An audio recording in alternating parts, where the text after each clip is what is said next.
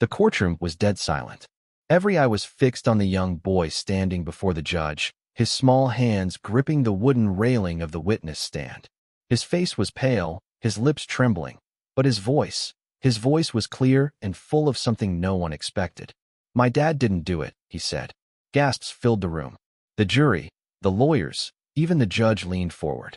The boy looked at his father, a man in an orange jumpsuit, handcuffed, sitting at the defendant's table with tears in his eyes. The boy's mother sat in the audience, her hands covering her mouth in shock.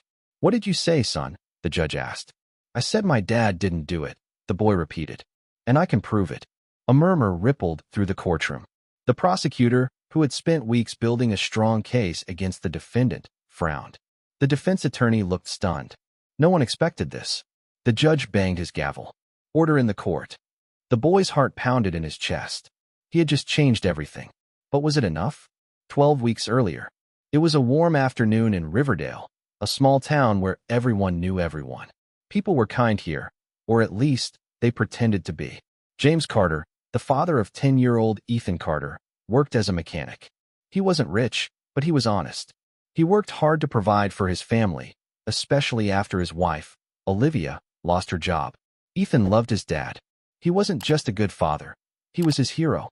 They would go fishing on weekends, fix bikes together, and his dad always told him, "No matter what, son, always do the right thing." But everything changed one night. The town's biggest jewelry store, Wallace's Diamonds, was robbed.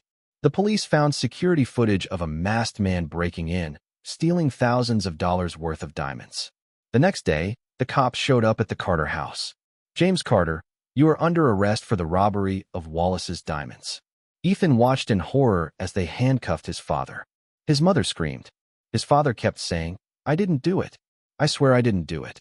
But no one listened. Ethan ran after the police car, tears streaming down his face. "Don't worry, buddy," his dad shouted before the car drove away. "I love you." The next few weeks were the hardest of Ethan's life. His dad was in jail, waiting for trial. People in town whispered about them. Kids at school looked at him funny. Some even called him the thief's son. But Ethan knew his dad, and he knew he didn't do it. So he decided he had to prove it. Late at night, he snuck into his dad's garage. He went through his father's tools, his work schedule, everything. And then he found something strange, his dad's calendar. On the night of the robbery, his dad had written, "Late shift at Miller's gas station." Ethan's eyes widened. His dad wasn't even near the jewelry store that night. Why hadn't anyone checked? Why didn't his dad's lawyer use this? The next morning, Ethan ran to Miller's gas station. "Mr. Miller," he called out to the owner. "Do you remember my dad working here the night of the robbery?" Mr. Miller scratched his head. "James? Yeah, I remember. He worked till past midnight fixing my truck. I even gave him cash for the extra hours." Ethan's heart pounded. "Do you have proof?" he asked desperately. Mr. Miller rubbed his chin. "I might have the security tapes from that night." Ethan held his breath as Mr. Miller checked. A few minutes later, he came back, holding a USB drive. "Here," he said. "Your dad was here, all right. Cameras don't lie." Ethan grabbed the USB and ran as fast as he could. He had evidence. His father was innocent. But just as he reached home, he saw something that made his stomach drop. A man in a black coat stood outside their house, watching. When he saw Ethan, he turned and walked away. Ethan swallowed hard. Someone didn't want him to prove his father was innocent. And that meant he was in danger. Ethan stood frozen on the sidewalk, his heart hammering in his chest. The man in the black coat had disappeared around the corner, but Ethan knew what he saw. Someone was watching him. Someone didn't want him to prove his dad was innocent. He gripped the USB drive tightly in his hand. He had to get this to his mom. She would know what to do. Ethan ran inside, slamming the door shut behind him. His mom, Olivia, looked up from the kitchen table, her face tired and pale. She had been crying again. "Mom," Ethan panted, running to her. "I found something. I have proof. Dad was at Miller's gas station during the robbery. Mr. Miller gave me security footage." Olivia's eyes widened. "What? Look." Ethan held up the USB drive. "This proves Dad couldn't have done it." For the first time in weeks, hope flickered in Olivia's eyes. She reached for the USB drive. "Ethan, this is incredible. We have to show this to Mr. Lawson." Mr. Lawson was James' defense attorney. A good lawyer, but struggling against the mountain of evidence the prosecution had stacked against James. But just as Olivia was about to plug the USB into her laptop, the house phone rang. She hesitated before answering. "Hello." A deep voice responded. "Mrs. Carter, you and your son need to stop digging." Olivia's face went pale. Ethan couldn't hear what the voice was saying, but he saw his mother's hands start to tremble. "Who is this?" Olivia whispered. Silence. Then the voice spoke again, slow and threatening. "Evidence goes missing. Accidents happen. Keep your head down, and no one gets hurt." The line went dead. Ethan felt a chill crawl up his spine. "Mom," he whispered. Olivia slowly lowered the phone, her fingers white from gripping it so tightly. She took a deep breath, then knelt in front of Ethan. "Sweetheart," she said, her voice shaking, "we need to be very careful." Ethan clenched his fists. "But this proves Dad didn't do it. We have to show the court." "We will," Olivia promised. "But whoever that was, they don't want us to. And that means we need to do this the right way." She grabbed her car keys. "Come on," she said. "We're going to see Mr. Lawson right now." Ethan nodded, his grip still tight around the USB. They hurried outside and got into the car. Olivia locked the doors and started the engine. As they pulled out of the driveway, Ethan glanced out the window. A black SUV sat parked down the street. And inside, a man in a black coat was watching them. They arrived at Mr. Lawson's office 15 minutes later. It was a small building downtown, sandwiched between a bakery and a bookstore. As soon as they walked inside, Mr. Lawson looked up from his desk, surprised. "Olivia? Ethan? What's going on?" Olivia didn't waste time. Ethan found proof that James wasn't at the crime scene the night of the robbery. Mr. Lawson's eyebrows shot up. "Proof?" Ethan handed him the USB. "Mr. Miller gave me this. It's security footage from the gas station. My dad was there all night. There's no way he could have robbed the store." Mr. Lawson took the USB with shaking hands. He plugged it into his laptop, clicked on the file, and pulled up the footage. They all leaned in. The video was grainy, but it was clear. James Carter, in his work uniform, fixing a truck outside Miller's gas station. The timestamp showed 11:52 p.m. The robbery happened at 11:45 p.m. on the other side of town. Mr. Lawson's jaw tightened. This is exactly what we needed." He turned to Olivia. "We can present this in court. This could change everything." But Olivia shook her head. "We got a call before we left the house. Someone doesn't want us to use this." Mr. Lawson frowned. "Who?" "We don't know," Olivia said. "But they threatened us." Mr. Lawson exhaled, rubbing his temple. "That means someone wants James locked up. And if they're watching you, we need to act fast." He reached for his phone. "I'm calling the judge to request an emergency hearing. We're submitting this now." Ethan felt his heart leap. Was this really happening? Could his dad finally be freed? But just as Mr. Lawson started dialing, the office lights flickered. Then, boom, the sound of shattering glass exploded through the room. A rock had been thrown through the window, landing right on Mr. Lawson's desk. Papers flew everywhere. Ethan jumped back. Olivia screamed. Mr. Lawson ducked, his phone clattering to the floor. For a few seconds, no one moved. Then Ethan's eyes locked onto the rock. There was a piece of paper tied to it. With shaking hands, Mr. Lawson picked it up and unfolded the note. Only 5 words were scrawled in black ink. "Drop the case. Or else." Ethan's blood ran cold. Whoever was behind this. They were watching, and they were dead serious. For a long moment, no one spoke. The air in Mr. Lawson's office was thick with fear. The broken window let in a sharp breeze, rustling the papers scattered across the desk. Ethan's heart pounded in his chest.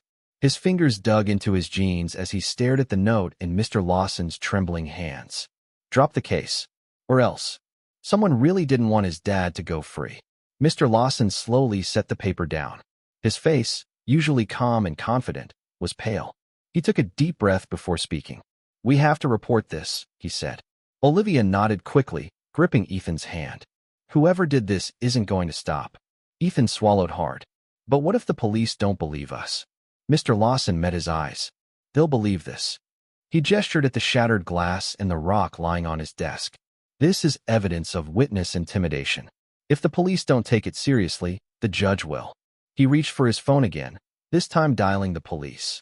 Ethan couldn't sit still. His knee bounced under the table as Mr. Lawson spoke to the officer on the other end. He was explaining everything, about the threat, about the USB, about how James Carter had an alibi. Ethan glanced at his mom.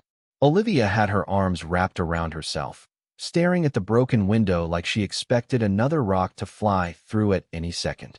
Finally, Mr. Lawson hung up. They're sending someone over. Ethan exhaled, feeling a small flicker of hope. Maybe, just maybe, things would start going their way. But then, screech. The sound of tires skidding outside made them all jump. Ethan ran to the window, carefully stepping over the glass. He peered out just in time to see a black SUV speeding away down the street. His stomach twisted. Them, he whispered. It was them. 15 minutes later, 2 police officers arrived. Officer Bradley and Officer Nolan, both tall and serious-looking.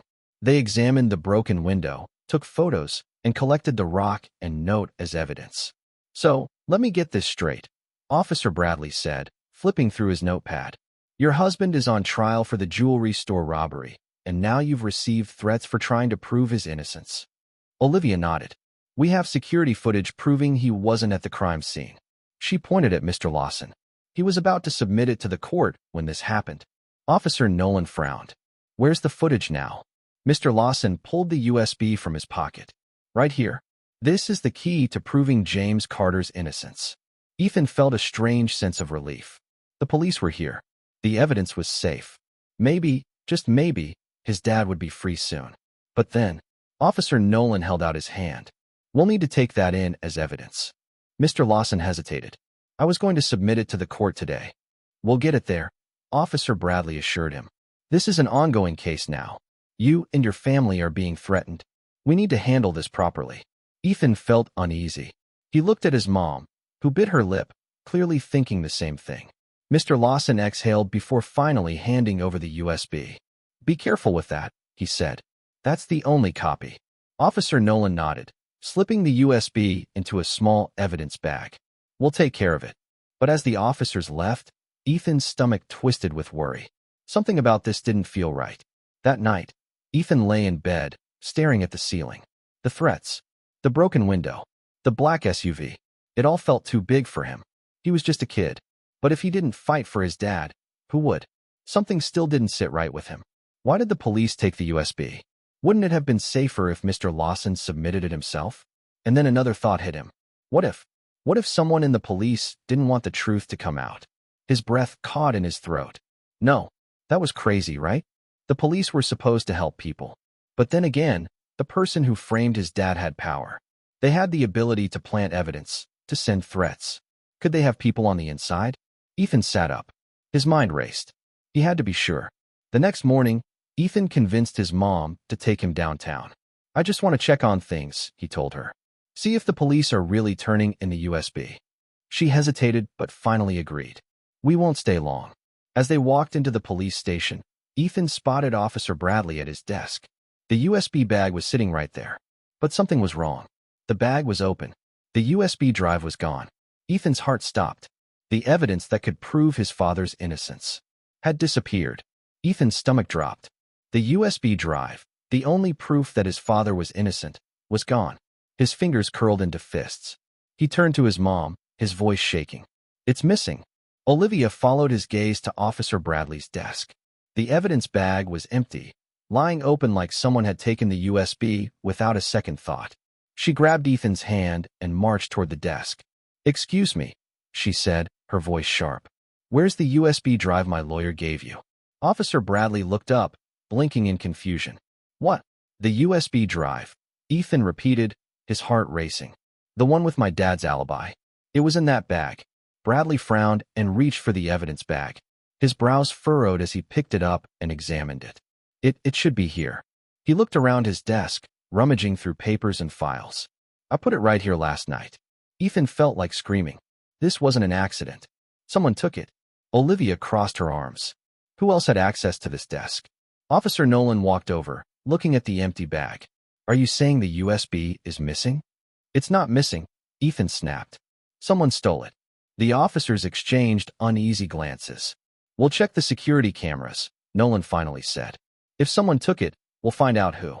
Ethan and Olivia followed them down the hall to a small room filled with monitors. A younger officer sat in front of them, scrolling through footage from the past 12 hours. Fast forward to last night, Bradley instructed. Let's see who touched my desk. The screen blurred as the footage sped up. Then, they all froze. A dark figure appeared in the footage, moving toward Bradley's desk in the middle of the night. Ethan leaned in closer, his heart thumping against his ribs. The person was wearing a black hoodie. They reached for the evidence bag and pulled out the USB. Ethan clenched his fists. Who was that? The officer rewound the footage and slowed it down. The figure turned slightly, just enough for a glimpse of his face. Ethan's stomach twisted. It was Officer Nolan, the same officer who had taken the USB just the day before. Ethan whipped around, his eyes blazing with anger. You. Nolan's face went pale. Bradley turned to him, his expression dark. What is this, Nolan? Nolan stammered, backing up slightly. I was just moving it for security reasons. Security reasons? Olivia hissed. You stole evidence that could have freed my husband. Nolan's eyes darted around like a trapped animal. You don't understand, he muttered. This is bigger than you think. Ethan took a step closer. Who are you protecting? Nolan didn't answer. Bradley's hand went to his radio. We need to take this to the captain. Now. But before he could say anything, bang, the lights shut off. The security screens flickered to black. And then, chaos. A crash echoed from the hallway. Someone shouted. The sound of heavy footsteps thundered through the station. Ethan grabbed his mom's hand. What's happening? Bradley reached for his gun. Stay here. He bolted out the door, following the noise. Nolan, however, took his chance. He shoved Olivia aside and ran. Hey! Ethan yelled, chasing after him. His mom grabbed him. Ethan, no. But he didn't stop. He pushed through the doors, sprinting down the dimly lit hallway. Nolan was ahead, making a break for the back exit. Ethan's heart pounded as he ran faster, his feet barely touching the ground. And then, Nolan burst through the exit door. A black SUV was waiting for him. Ethan skidded to a stop just as Nolan jumped inside. The tires screeched. The SUV took off down the road. And just like that, Nolan was gone. Ethan's chest heaved. He turned to see Officer Bradley running up behind him, his face red with anger. Where is he? Ethan pointed at the road. He's gone. Bradley cursed under his breath. This just got a whole lot worse. Olivia caught up, her face pale with fear. Ethan, are you okay? He nodded, but inside, he felt sick. The only person who could explain why his father was framed just escaped. And whoever was behind this was still out there, watching, waiting. And now, they knew that Ethan wasn't going to stop. The police station was in chaos. Officers ran in and out, barking orders and searching for clues about how Nolan had escaped. But Ethan stood frozen outside, staring at the spot where the black SUV had disappeared. His mind raced. Officer Nolan wasn't acting alone. Someone powerful was pulling the strings, making sure his dad stayed locked up. And now, they knew Ethan was a threat. Ethan! His mom's voice snapped him back. She was gripping his arms, her face tight with worry. Are you hurt? He shook his head. No. But we have to find that USB. If we don't, Dad is. He couldn't finish the sentence. Mr. Lawson jogged up to them, breathless. I just heard what happened. This is bad. He ran a hand through his graying hair. Nolan was on the inside. That means whoever framed your father has people in the police protecting them. Ethan clenched his fists. So what do we do now? Lawson exhaled. We still have one option. We take this to the press. If the police won't protect us, maybe public pressure will force them to do something. Olivia hesitated. But if we go public, won't that put Ethan in more danger? Ethan straightened. I don't care. His voice was steady. If we don't fight, Dad stays in jail.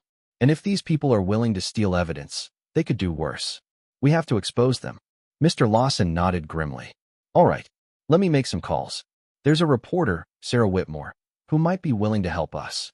Ethan's stomach twisted, but he ignored his fear. He had already come this far.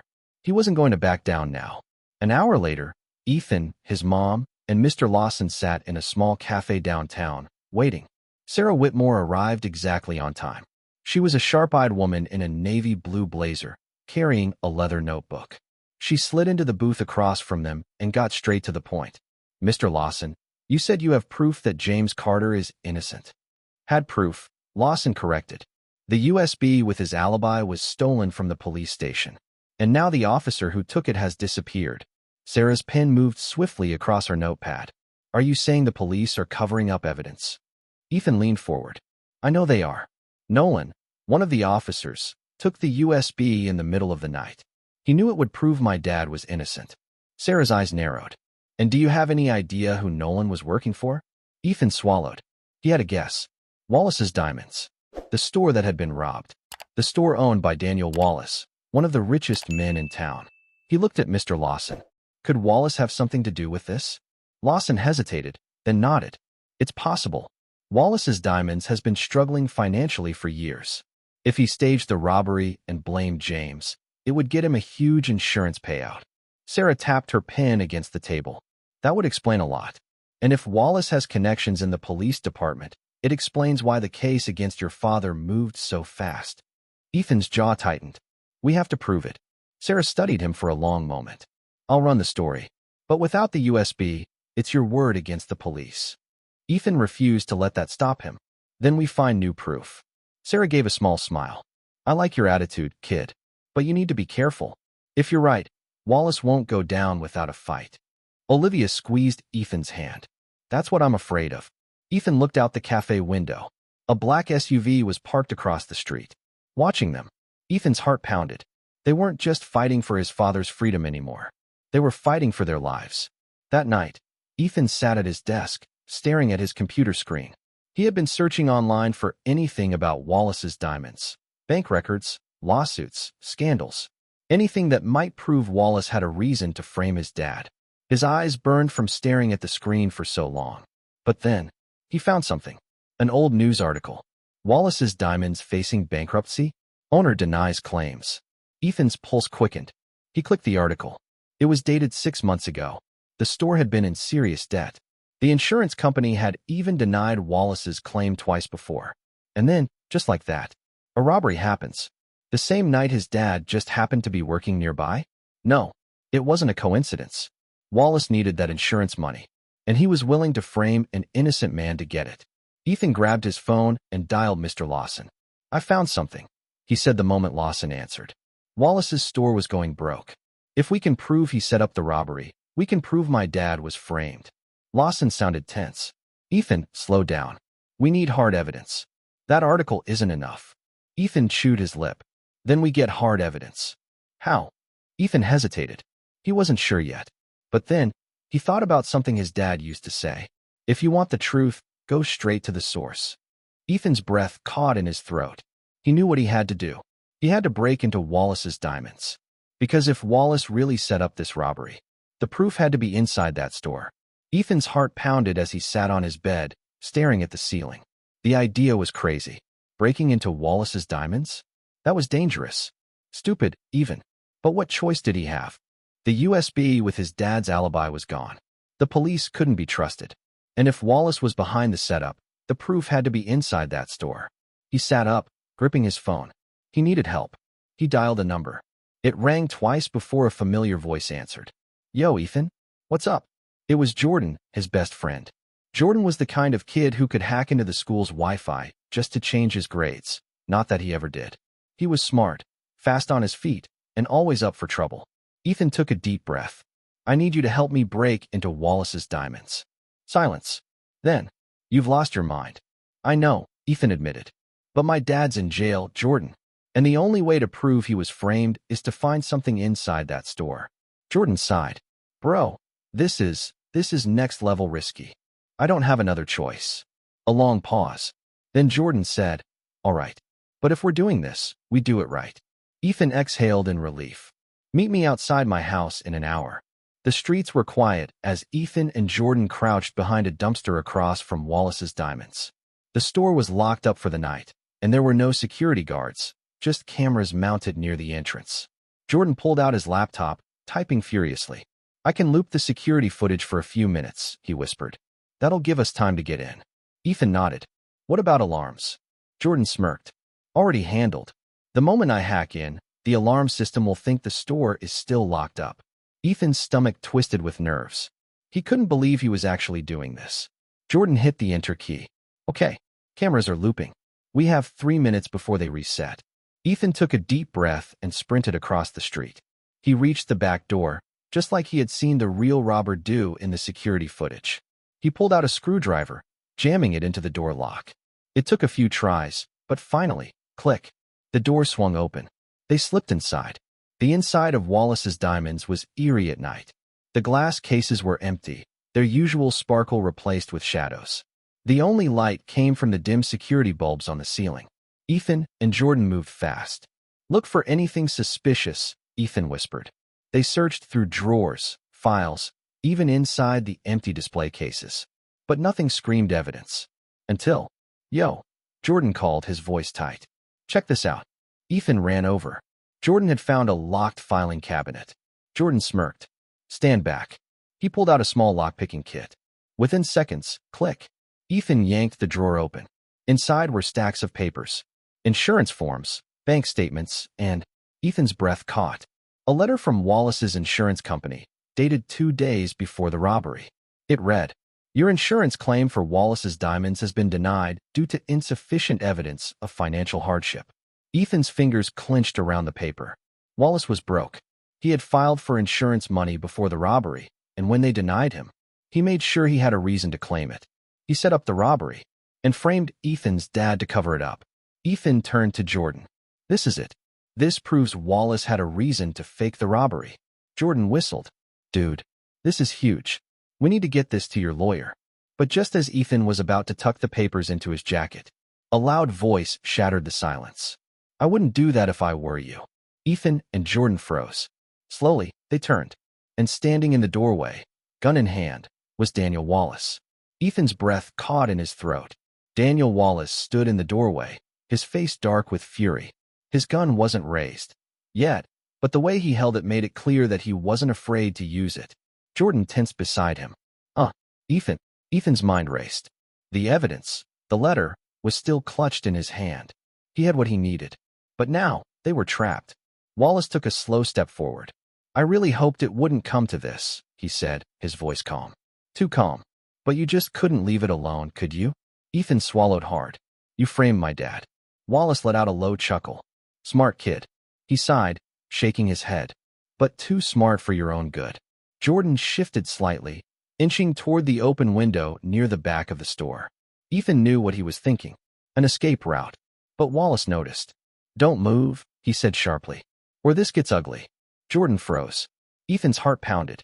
He needed to stall. "Why?" he asked. "Why did you do it?" Wallace tilted his head. "You already know the answer. You were broke," Ethan said, his voice stronger now. "You needed the insurance money, but the company denied your claim. So you faked the robbery and blamed my dad." Wallace sighed dramatically. "You make it sound so evil. It was just business." Ethan's hands clenched into fists. "Business?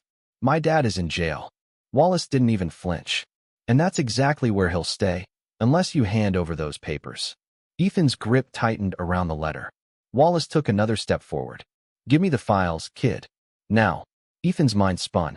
If Wallace got the letter, everything would be over. No proof. No case. His dad would stay in jail forever. No, that wasn't going to happen. Ethan took a deep breath and made a choice. He lunged toward Jordan and shoved the letter into his friend's hands. "Run." Jordan didn't hesitate. He bolted toward the back window. Wallace's eyes widened. "Hey." He raised his gun. Ethan acted on pure instinct. He grabbed a heavy glass paperweight from the counter and hurled it at Wallace's hand. Crack. Wallace yelled as the gun clattered to the floor. "Go," Ethan shouted. Jordan leaped out the window, landing hard on the pavement outside. Ethan turned to follow, but Wallace recovered too fast. He grabbed Ethan by the collar, yanking him backward. "You just made a big mistake, kid," he growled. Ethan struggled, kicking wildly. "Let me go." But Wallace was stronger.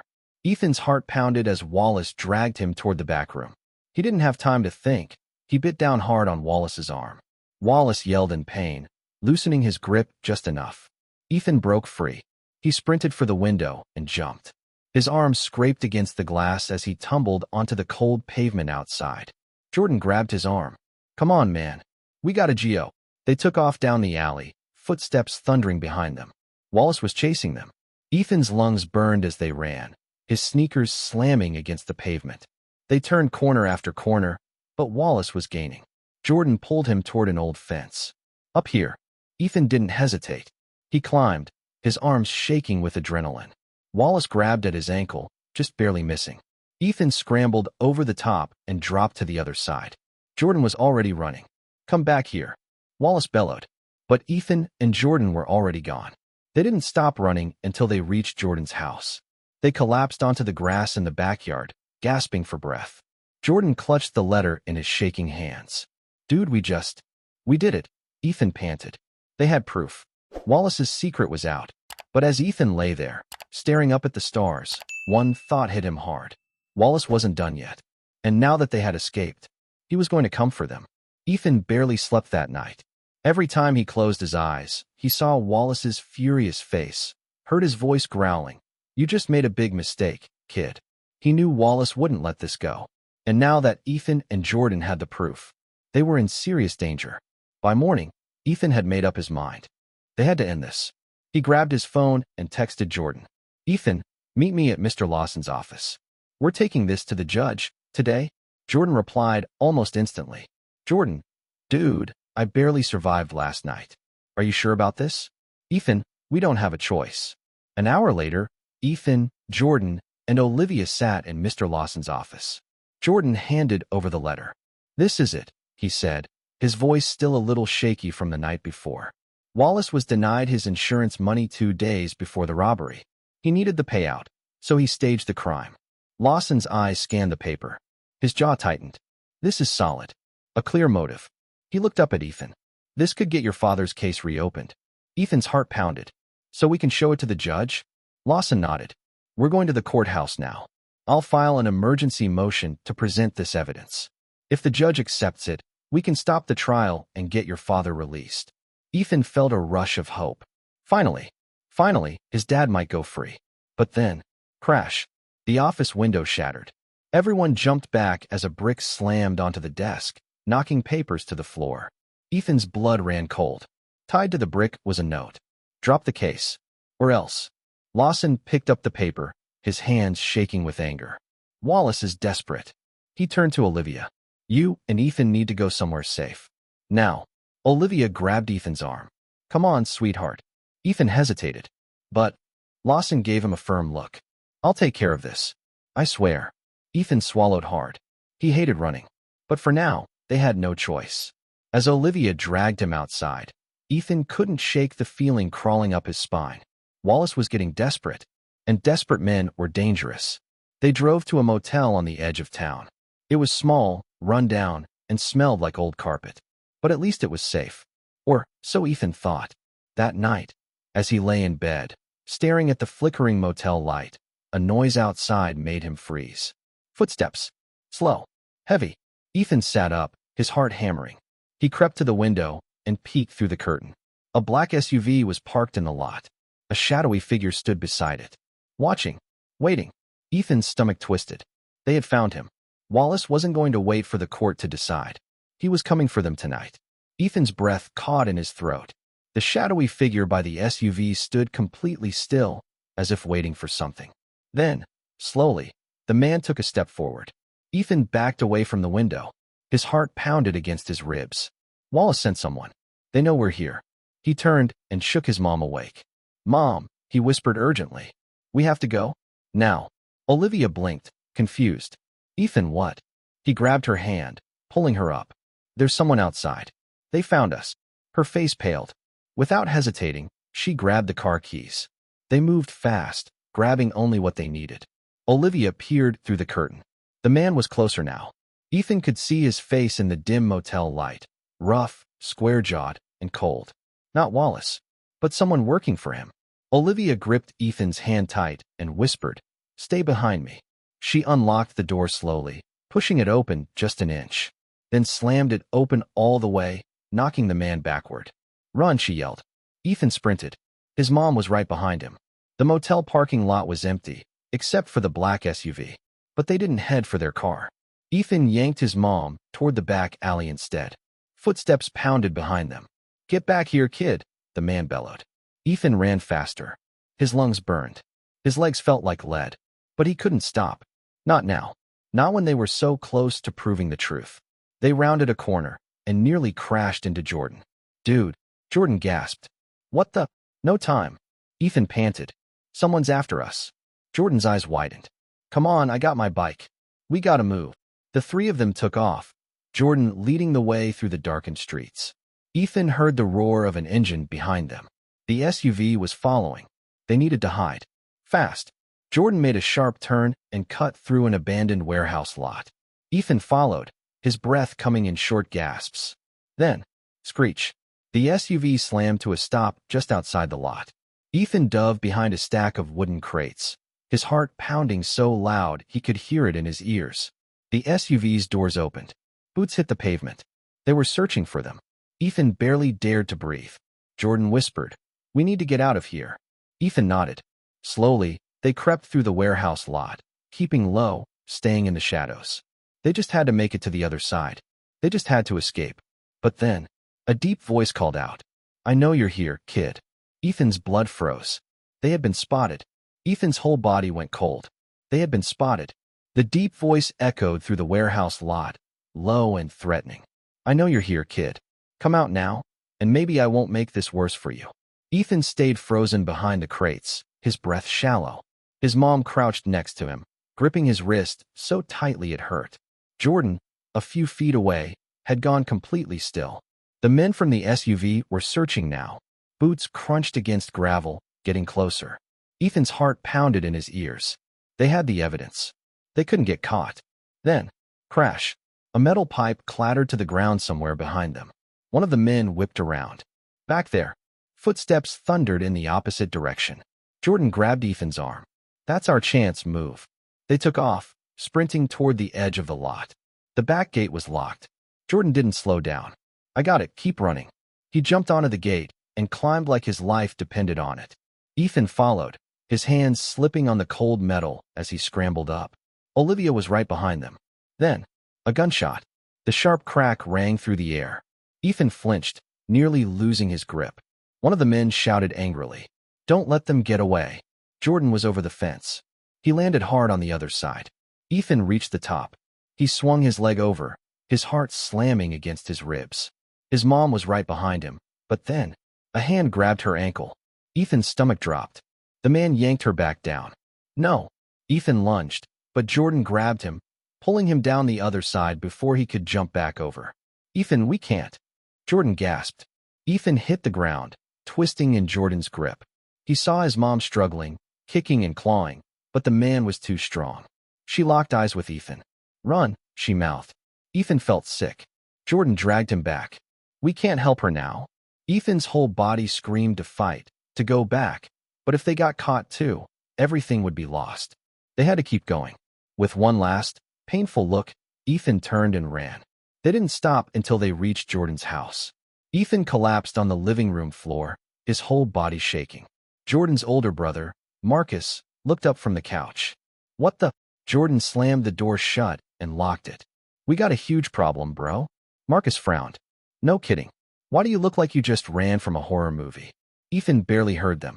His mom was gone. Wallace's men had taken her, and it was his fault. Jordan crouched next to him. "Ethan, hey, look at me." Ethan blinked, trying to focus. Jordan's voice was steady. "We have the letter, the evidence. We can still take Wallace down." Ethan's jaw clenched. His whole body felt like it was on fire. "No," he said, his voice cold. Jordan frowned. "No." Ethan stood up. His fists tightened. "I'm not just taking Wallace down." His voice was low, shaking with anger. "I'm going to get my mom back." Ethan's body burned with fury. They had taken his dad. They had stolen the USB. They had sent threats. And now, they had his mom. Jordan and Marcus stared at him, both wide-eyed. "Dude," Jordan said carefully. "We need to think this through." Ethan clenched his fists. "There's nothing to think about. Wallace has my mom. I'm getting her back." Marcus exhaled. "All right, let's be smart about this. We know Wallace is desperate. If he kidnapped your mom, he's not planning to keep her long." Jordan's face darkened. "You think he's gonna?" "No." Ethan refused to think like that. "He needs her as leverage. He knows we have the evidence now. He'll use her to force us to give it up." Marcus nodded. "That means he's gonna reach out soon." As if on cue, Ethan's phone buzzed. A blocked number. Ethan's stomach twisted as he answered. "Where is she?" Wallace's voice was smooth, calm, and full of poison. "Smart kid. You know why I'm calling." Ethan gritted his teeth. Let her go. Wallace chuckled. You're not in a position to make demands.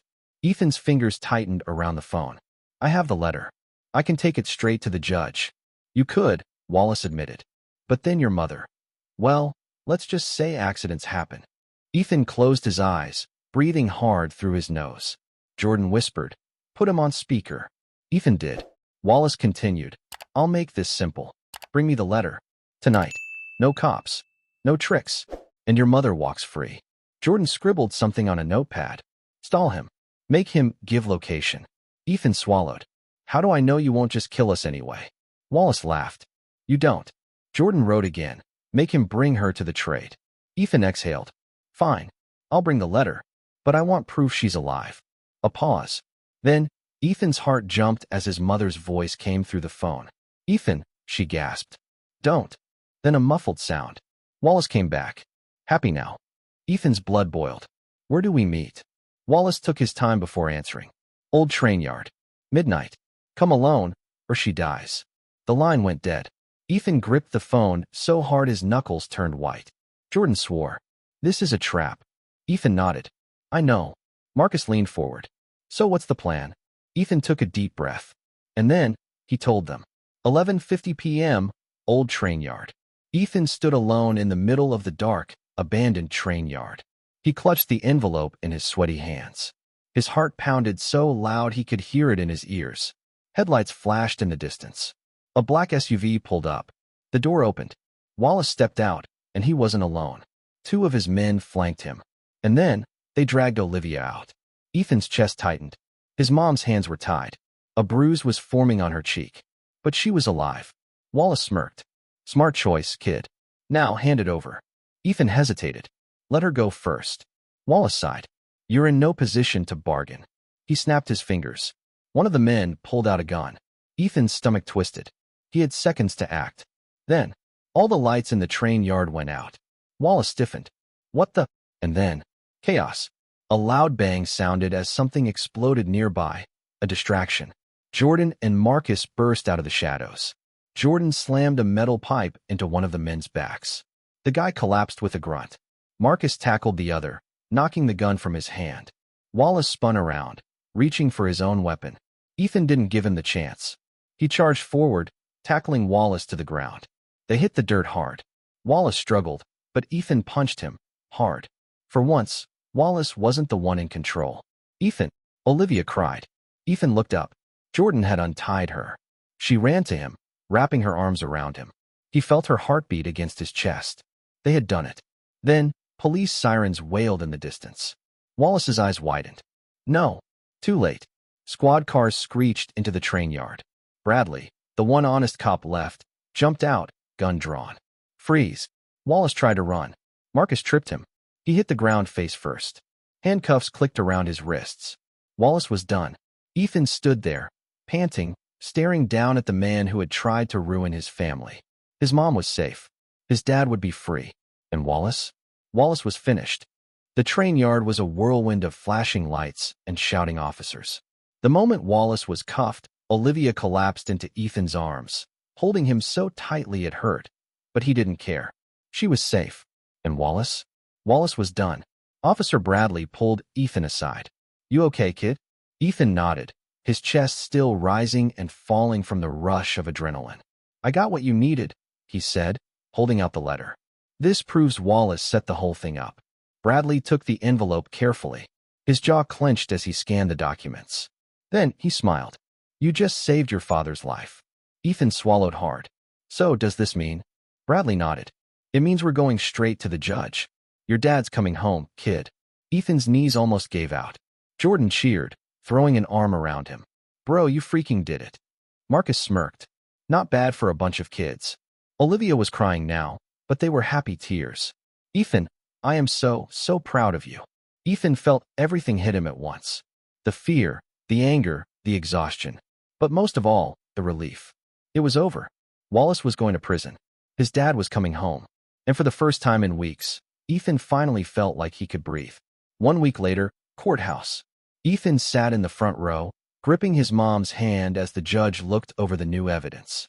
Mr. Lawson stood at the defendant's table, looking confident. Across from him, The prosecutor looked defeated. And then, the judge lifted his gavel. After reviewing the evidence presented, this court finds that James Carter has been wrongfully accused and is hereby released immediately. Bang! The gavel came down. The case was over. The room erupted. Ethan jumped out of his seat, tears blurring his vision as he saw the bailiff unlock his father's handcuffs. Then, James Carter turned. His eyes locked onto Ethan's. And in the next second, Ethan was running. He collided into his dad's arms, holding on to him like he would never let go. James hugged him tight, his voice rough with emotion. "You did it, buddy. You saved me." Ethan squeezed his eyes shut. "I told you I wouldn't stop until I proved you were innocent." His dad chuckled, pulling back just enough to look at him. "You remind me of your mom. You know that?" Ethan smiled through his tears. "Yeah, I get that a lot." Olivia joined the hug, her face glowing with happiness. They were together again, and nothing would ever tear them apart again. 1 month later, Riverdale Park.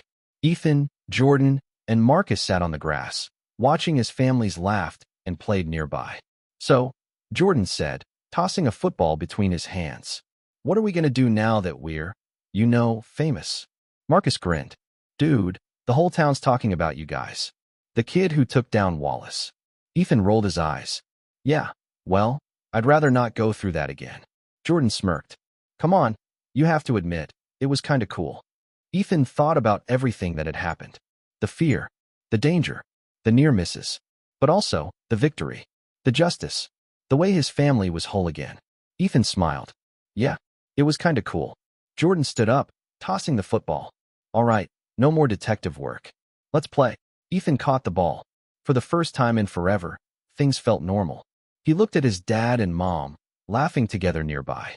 He looked at his best friend, who had risked everything to help him. And he knew, no matter what happened next, he wasn't afraid anymore. Because good always wins in the end. And this was just the beginning of something great.